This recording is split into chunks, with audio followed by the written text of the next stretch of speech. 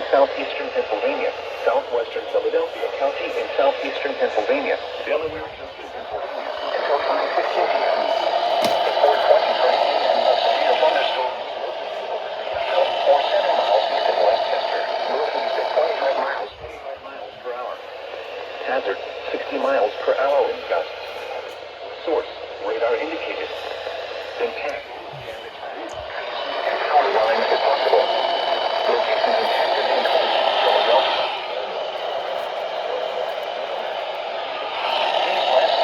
Galvin Township, Lawrence Park, Germantown, Bryn Mawr, Leva, Trout Lake, South Philadelphia, Radnor Township, Raysville, Gather Providence Town, Newtown Square.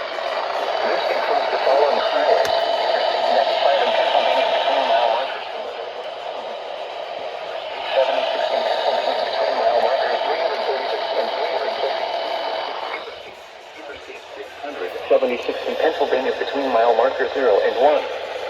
Interstate 476 in Pennsylvania between mile markers 1 and 13. A tornado watch remains in effect until 9 p.m. For your protection, move to an interior